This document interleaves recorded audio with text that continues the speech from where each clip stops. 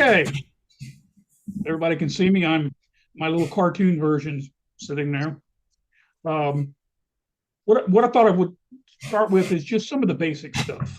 We don't have a lot of time.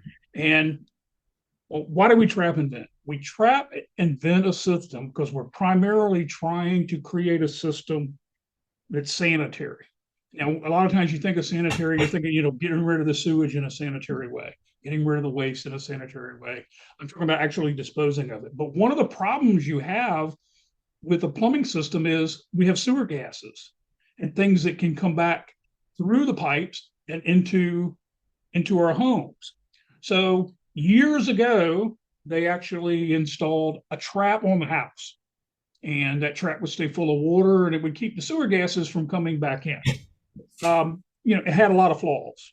So today we basically vent every fixture in some way or provide a way to get air to each fixture and to try to prevent water from being pulled from the trap. The trap, that dip, holds water and it keeps the gases from flowing into the house. Well, why are we worried about the gases? They contain a lot of dangerous things. Hydrogen sulfide, ammonia, methane, carbon dioxide, all these different things are in there. And sometimes an accident can happen on a road somewhere. Maybe a gasoline truck is dumping gasoline in the street.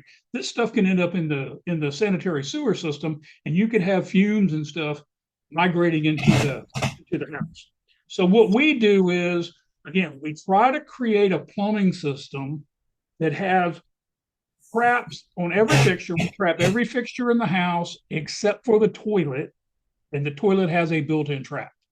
We don't actually install a trap on the toilet. When you're looking down at the toilet, you're seeing the top, that water right there is the top of the trap. A toilet, in most cases, you would just say it has an S-trap built in. And we don't use S-traps anywhere else in the house, or we try not to use them anywhere else in the house because we know they siphon. But a toilet, we want to siphon, because a toilet can also mechanically reprime the trap. But here's an image of a trap seal that's from the top of the dip to the wear of the trap, and we try to maintain water in that area. If you can maintain water in that area, evaporation doesn't affect it as bad. You don't have a lot of drains. As drains flow by the system, flow through the system, it may not be pulling a vacuum on it. Sometimes we'll have a fixture set up in such a way that maybe a large flow of water will flow by a small trap. And if the trap's not vented properly, it will literally create a vacuum and pull the water out of that trap. So if you talk to plumbers, a lot of times you'll hear them say, well, we're trying to maintain a trap seal. We're trying to maintain the seal. Now, the trap seal, as well as keeping gases out, dangerous gases, it should keep a lot of vermin out, small rodents, insects, and things like that. If you've ever gone into a vacant house to inspect a vacant house, a lot of times what you'll find is there are a lot of bugs in the house, a lot of in the kitchens and around the sinks and stuff.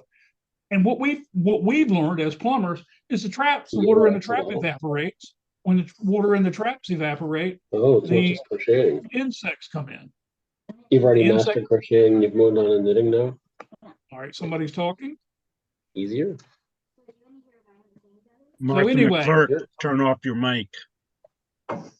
If you look at this drain, I'll hear people say, "Well, we don't want a dry trap." Well, it doesn't take a dry trap to allow gases to come in. This trap here is just below the dip. The water gets below that upper dip there, and the gases can get around it. So again, it's important when we maintain a seal, a couple of inches or so of water above that dip will keep enough water in the trap that hopefully you won't have a problem with it evaporating and letting the sewer gases go by. These are the main parts of the trap: the dip, that's actually the upper dip, the arm of the drain there, and the trap weir. These are the things you're going to hear about. Off to the right there, of course, is the vent itself. Some of these things I'll bring up over the next few weeks or months, I guess, when we're doing this session. The trap arm, for instance, is real important. You can only go so long with that arm without a vent, or the trap will actually lose its prime it'll siphon. When you pull the plug, the drain will actually siphon air into it. What causes traps to siphon? Uh, what causes traps to lose their prime? Well, again, siphonage, negative pressure on it. Evaporation, you can only do so much. We can put trap primers on things. We, as plumbers, sometimes we run into a situation where I call it the empty nester syndrome. What happens is a family lives in a house, they got like 5 bathrooms. And these bathrooms are being used by the kids. And then all of a sudden, all these kids are going to college or something.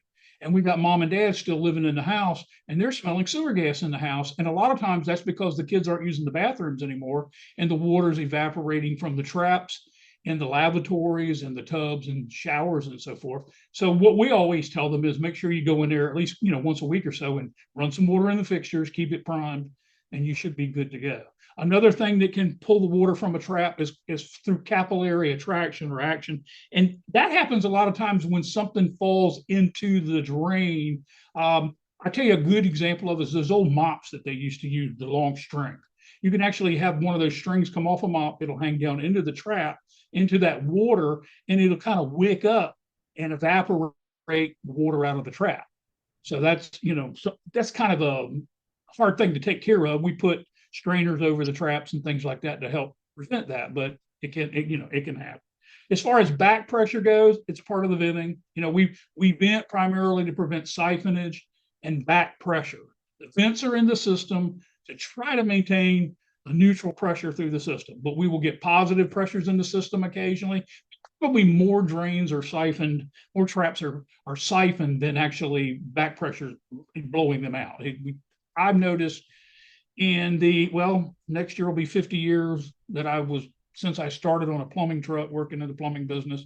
It'll be 50 years. I've noticed over the years, I can usually trace things down to some kind of siphonage. And a lot of times, do-it-yourselfers will install something wrong and they'll have that kind of problem. I often mention this when I teach at some of the events that Home Depot and Lowe's, these big box stores, and then the idea that everybody can do this work and everybody's a house flipper and stuff like that. People will try to maintain or fix just about anything in the house now. And a home inspector might go in there and you might be the first set of professional eyes that are put on this plumbing system in years. A lot of them will do the work. They'll never pull a permit. And plumbing inspector won't get a look at it. So it's important that we know some of the basic stuff and can look out for that. Momentum, siphoning by momentum. The main thing we see that with is S-traps. S-traps, everybody knows to call out an S-trap or, to point it out. And there's some ways to overcome some of that stuff. But anyway, with an S-trap, when you pull the plug, I've literally had the customer say, look at that thing, it's water's flying out of here. There's nothing wrong with this drain. Actually, that's the problem. It goes out so fast, it literally siphons the water for the trap. And you can get a weather situation, gust of winds and stuff like that can cause you some problems. I don't think we see it as much as a lot of people make out.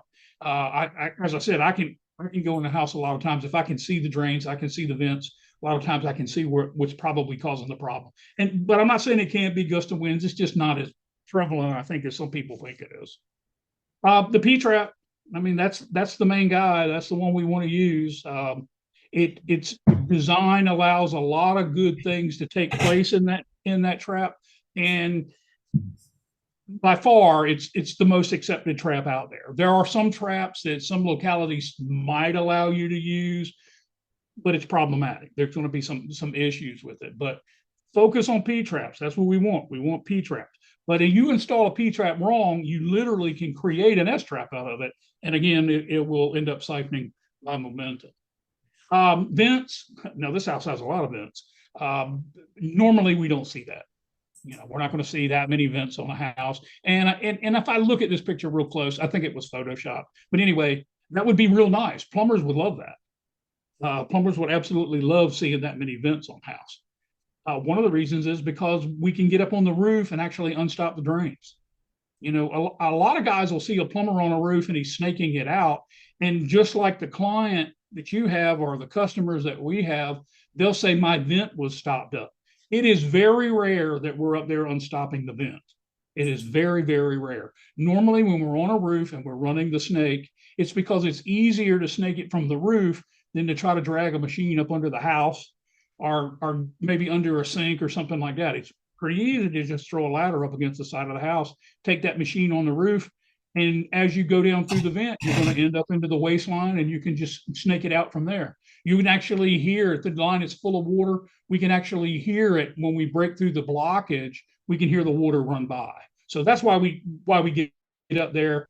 Maybe from once in a blue moon we're up there unstopping a vent, but most of the time we're unstopping the drain itself, the drain pipe itself. We're not unstopping the vent. I mentioned a minute ago P-traps. P-traps are prone to siphoning by momentum. You mean S-traps? S-traps. Excuse me. Yeah, thank you. These traps are, they're everywhere. You can still buy them. I hear people all the time say, well, they must be fine if you can still buy them. You can buy a lot of things in the big box stores that are not legal, to use in the system. And it's important that the plumber knows that. The homeowner probably doesn't. But anyway, here's a little demonstration what happens. Somebody pulls the plug on the sink. And really, like I said a while ago, it doesn't have to pull it completely dry. But all it's got to do is get down below the dip, the top part of that drain, that water gets below the dip, and now sewer gas will enter the house. This is another way it's pulled. We refer to a large flow of water like this as a slug of water. When you have a slug of water from a larger flowing object or a fixture in the house flowing by, as it passes by that S-trap, it actually pulls a little vacuum on it. And over time, it's pulling a vacuum to the point where it can pull the water from that line, from that trap, and now sewer gases can enter the house. So if you talk to a plumber, he'll say an S-trap can't be vented. In the past, when we would have these popped up under a cabinet or something like that, it was a big deal to correct it. And we'll talk about it in some of the later meetings, but today we have some options. We use AAVs and things like that, and we can kind of fix it without a whole lot of trouble if they want to do that. I find more often than not that people will say, well, I'm getting ready to remodel the bathroom, I'm getting ready to remodel the kitchen. And I just point out what the problem is with it, mention to them, you're going to have to run a little water in it from time to time or you're going to have a problem. And they say, well, it's all going. So, you educate them, basically, is what we're doing, is we're educating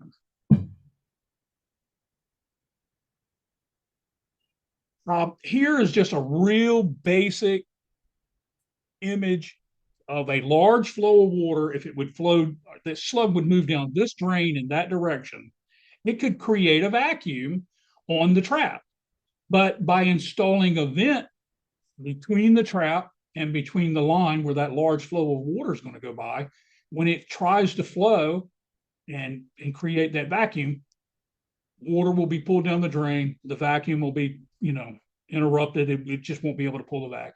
And so the trap will maintain its seal. Now, does that mean the trap can never go dry? No, of course. The thing can sit there and evaporate water over time. Floor drain is real common for that. The last few road cycles, we're required to put trap primers and things like that in. But there are a lot of traps out here with no trap primers, and they'll actually just evaporate dry. But we'll get into more of these details with the venting as we go along. And I mentioned a minute ago, maybe one of the last presentations, I'll even show you guys some basic stuff that you can acquire and do some smoke testing. And the smoke testing is a service that you can add, and it's actually kind of fun. But if you want to do that, hang in there with Hollis and look at these sessions over the next few months, and you'll see it. I'm going to wrap up. I'm actually heading out of here first thing in the morning to Tri-State ASHI. I think Hollis is too. So if any questions come up, you guys know a lot of you know how to get a hold of me. Send an email to plumbingandhvacguy@gmail.com. I have a lot of other email addresses, but that seems to be the one most people use. And feel free to contact me, ask questions, and things like that. And Hollis, I think that's it.